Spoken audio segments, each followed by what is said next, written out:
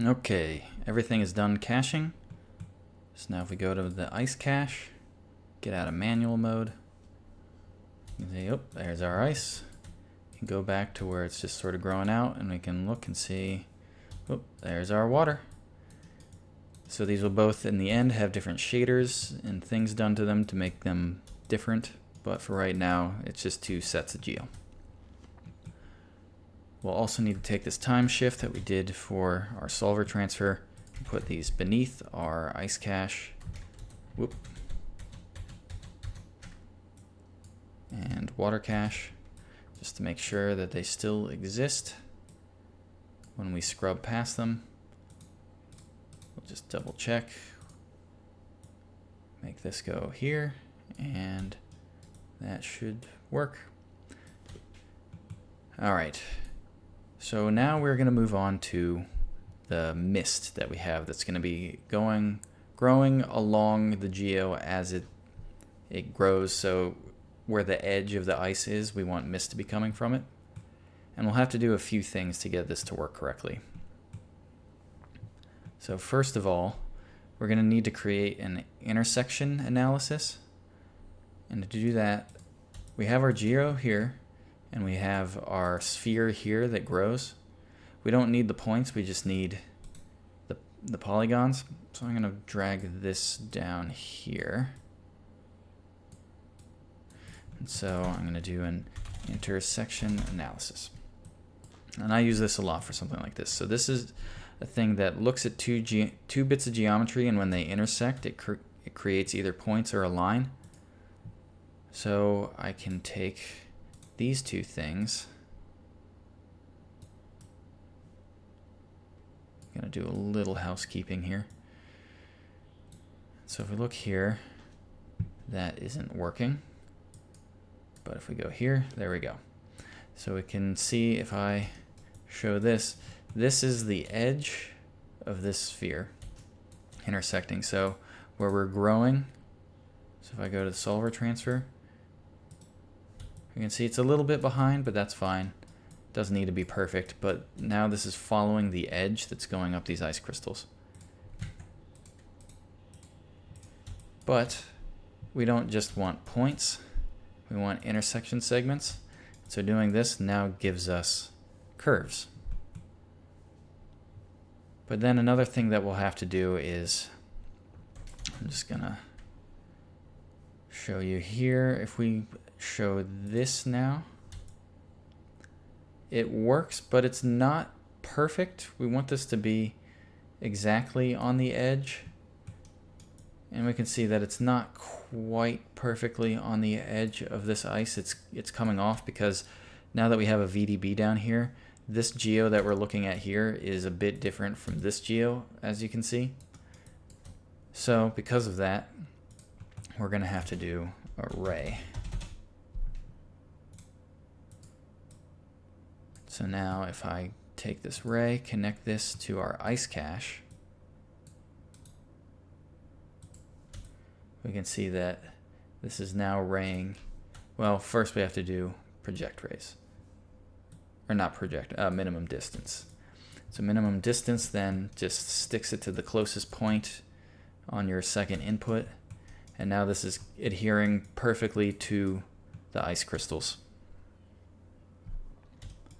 And that's all good, but now we're going to want also the radiating out from here so that the ice grows. We can, like if we're looking at the geo here, we want not just the ice crystals growing, we want the edge here as it radiates out. So as it goes here, we want mist coming from this edge as well. So in order to do that, we're going to have to intersect again.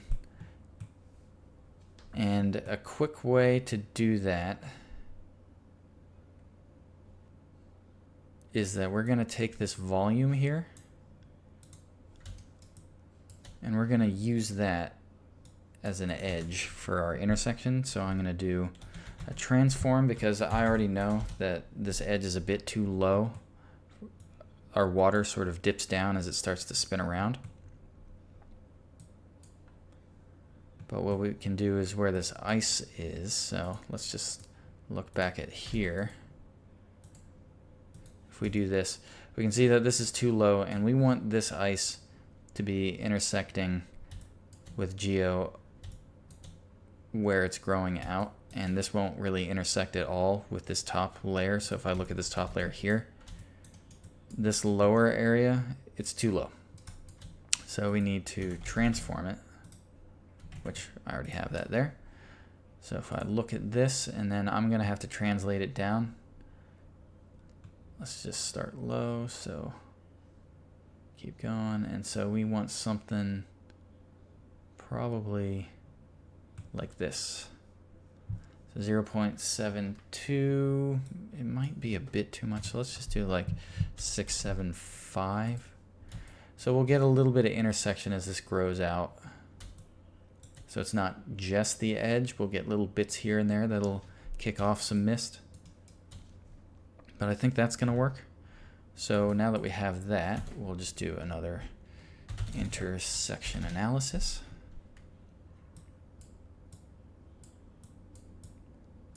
And then connect this also to our ice cache. And that looks pretty much how we want. Might move this up just a little bit. I think I went too far. I did.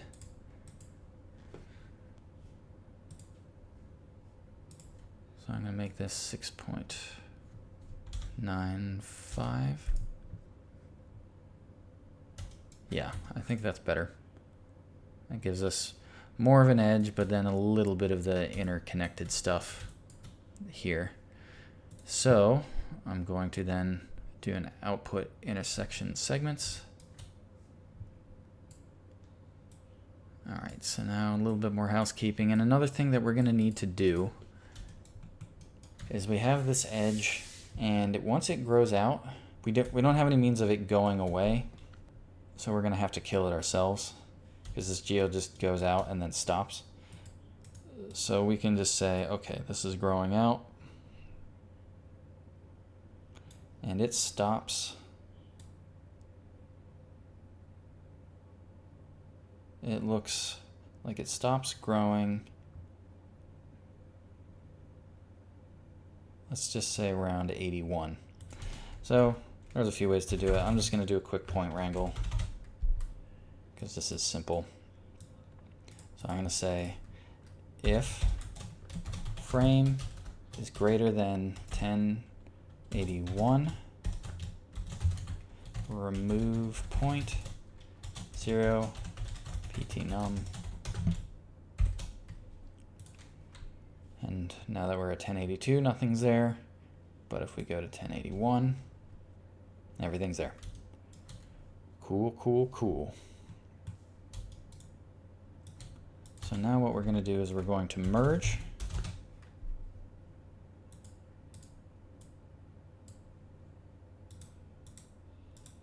I'm going to take a look here. So this is the edge at the top. Let's look over here. Let's see what happens as this grows out.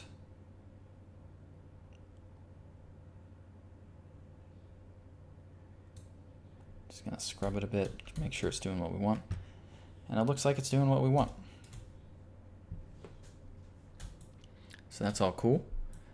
What I'm going to do now is resample, because it gives us pretty strange point counts from this. You can see there's just strange distances in between these polys. So I'm going to do, let's see, the resample, we'll just do maximum segments. And so what it's doing is it's treating each line, or each distance between points as its own line. So if we do maximum segments, every line has 10 points now. It's going to give us a lot of points, but we need a lot of points anyways, so there's other ways to connect these lines together and stitch them, but right now, since we just need a lot of points, I think this is a good way to get what we need. So next, now that this is growing, another thing that I found is that this grows a bit too fast, so that it's going to give us stepping in our sim. So to prevent that, what I'm going to do is a trail. And then I'm going to go into manual. I'm going to copy this trail length. So I'm going to copy parameter, put in my trail increment slash, and then I'm going to do paste relative reference. So what that's going to do is it's going to cut my trail increment by the amount of length so that this goes into subframes. So I'm going to make my trail length be 8. So now if we look at this, go out of manual.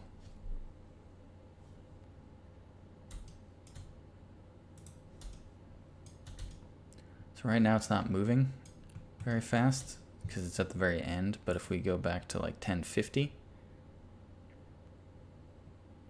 we can see that right now there's stepping here, but since all of this is going to be turned into pyro emission, we're probably not going to see it.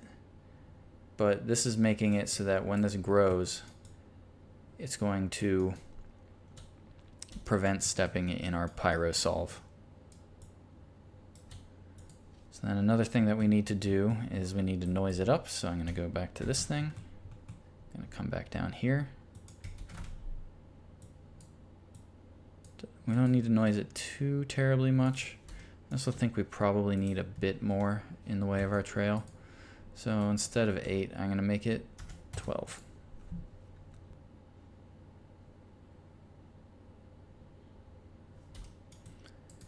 So a bit better. And as for the noise, I think we're going to want to increase the frequency by a significant amount. Like a whole lot. Something like that probably. But then we're going to have to change our amplitude, obviously. So we're going to bring this way down. Something to just jitter these up a bit more. I think that should probably be fine. Might up the frequency even a little bit more. Yep, that looks good.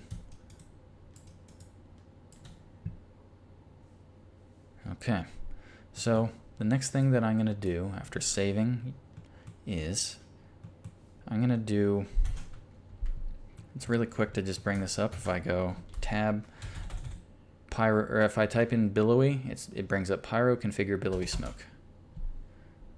So it'll give us basically a pre-made pyro setup. We don't want the sphere because we have our own geo. And another thing I just realized, I don't want to have to wait for this thing to cook out an intersection, so I'm going to create another file cache. So I'm going to put that here, intersection. I'm going to get rid of hip name, load from disk, load from file, no geometry. This needs to go to 1100. So I'm going to write this out, and for me it'll take a little bit. No time for you. Let's do it.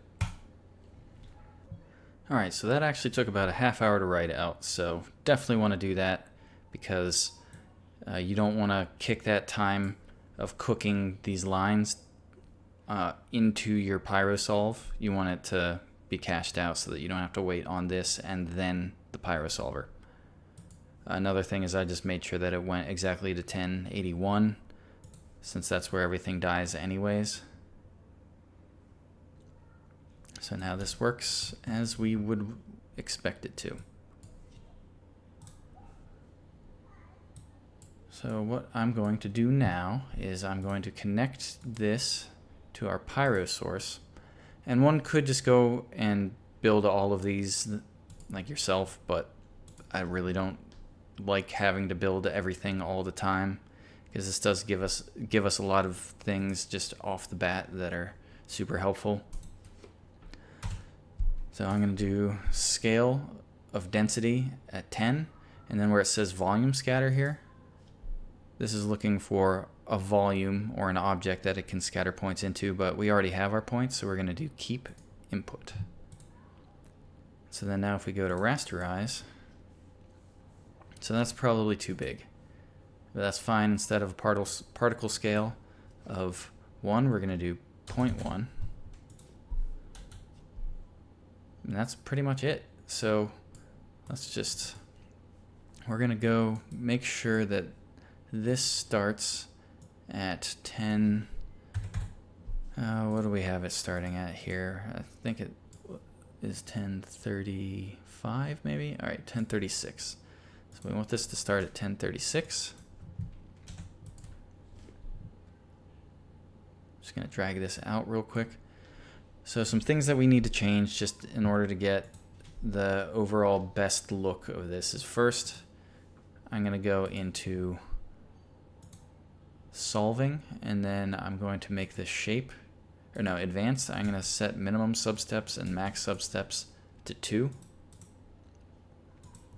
For shape, I'm gonna turn the dissipation up because I want this to dissipate pretty quickly. Disturbance, I'm gonna disturb it a little bit less. We'll just do it as 0.45. I'm gonna turn turbulence on, and I'm gonna make it just 0.35. We don't need a whole lot of turbulence, but a little bit would be good. But then another thing that's gonna happen is our swirl size is way too large, so we're gonna make our turbulence in our tab here. We're gonna turn the swirl size down to 0.2. And then our disturbance, we're gonna change the base blocks. No, I think actually everything's probably good here. A lot of times I have to change this, but for this one, I think it's fine. For our simulation, we're gonna wanna change our time scale of this because I think as it is, it's a little bit too slow. So I'm gonna change it to 1.75. We do want some buoyancy, but not a whole lot because this isn't smoke, it's just mist that's coming off of this, so it doesn't have the heat that would drive it upwards. If anything, it would probably go down, but I think it just looks a little bit more dynamic if it floats up, kind of. So we're gonna change this buoyancy scale to 0.15.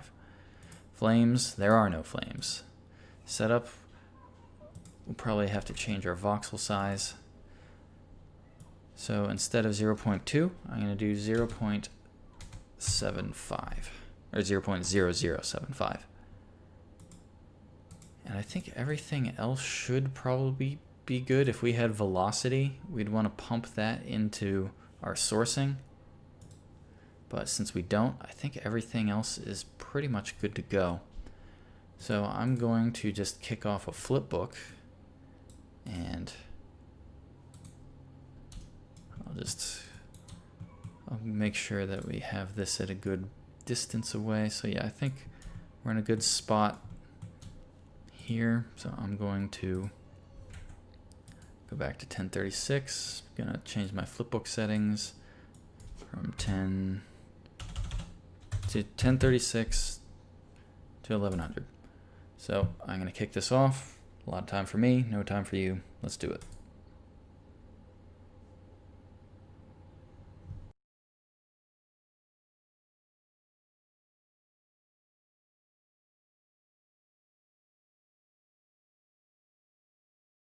And it's done. So let's take a look at this. Yeah, it's pretty much exactly what I want. Follows the edge as it grows, dissipates pretty quick, has a lot of interesting movement. Looks like mist coming off of ice. What more could you want? So I am now going to write this out. Another file cache.